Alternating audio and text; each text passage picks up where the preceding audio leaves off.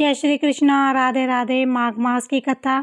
लोमस ऋषि कहने लगे कि जिस पिशाच को देवदूती ने मुक्त किया था वो पहले द्रविड़ नगर में चित्त नाम वाला राजा था। वो बड़ा शूरवीर, सत्यपरायण तथा पुरोहितों को आगे करके यज्ञादि किया करता था।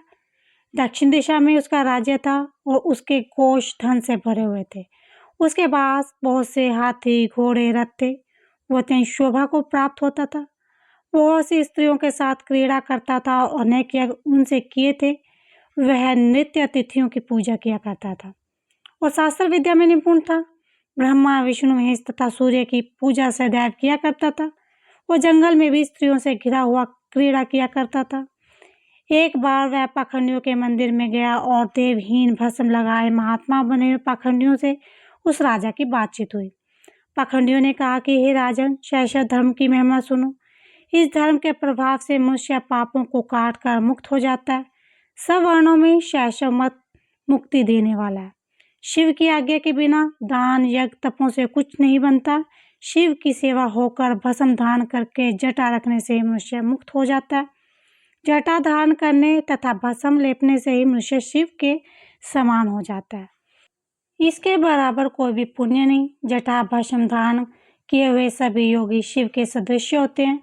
अखंड, जड़, निपुंसक तथा मूर्ख सब जटा से पहचाने जाते हैं। शुद्ध वर्ण में शैशव ही पूजनीय है। विश्वामित्र क्षत्रिय होकर तब से ब्राह्मण हो गए, वाल्मीकि चोर होकर उत्तम ब्राह्मण हो गए। अतएव शिव पूजन से किसी बात का विचार नहीं। तब से ही ब्रह्मता प्राप्त होता है, जन्म से नहीं। इस कारण शैशव का दर्शन उत्तम है तथा शिव के सिवाय दूसरे देव का पूजन न करें। शिव तपस्वी को विष्णु का त्याग करना चाहिए। विष्णु की मूर्ति का पूजन नहीं करना चाहिए। विष्णु के दर्शन से शिव का द्रोह उत्पन्न होता है और शिव के द्रोह से रोग आदि नरक मिलते हैं। इसी से भवसागर से पार होने के लिए विष्णु का नाम भी नहीं लेना चाहिए। शिव भगत निशंक होकर जो शिव से प्रेम करता है वह कैलाश में वास करता है, इसमें कोई संदेह नहीं। इस धर्म का पालन करने वाले का कभी नाश नहीं होता।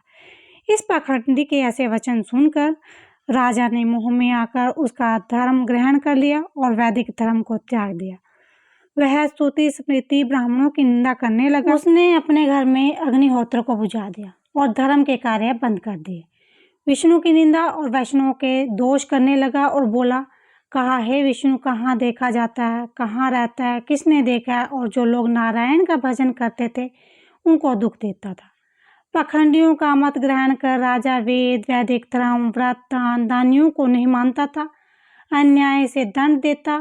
वह काजी राजा सदा स्त्रियों के समूह से घिरा रहता, क्रोध से भरा रहता, गुरु तथा पुरोहितों के वचनों को नहीं मानता, पाखंडियों पर विश्वास करता हुआ उनको गांव, हाथी, घोड़े और स्वर्ण आदि देता।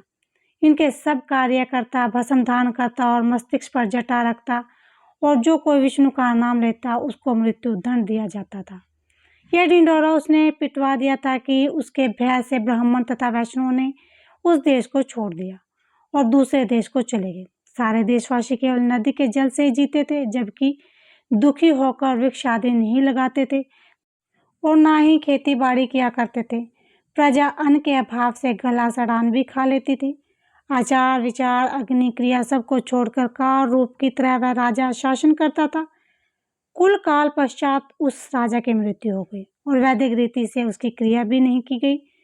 यमदूतों के अनेक प्रकार के दुख उठा रहा था। कहीं लोहे की कीलों से चलना पड़ा, कहीं पर अंगारों पर चलना पड़ा जहाँ सूर्य अति तीव्र था और न कोई छाया का वृक्ष। कहीं लोहे के डंडों से पीटा गया, कहीं बड़े बड़े दांतों वाले भेड़ियों और कुत्तों से काटा गया। इस प्रकार दूसरे पापियों को हाहाकार सुनता हुआ वह राजा यमलोक पहुंच गया। बोलो विष्णु भगवान की जय।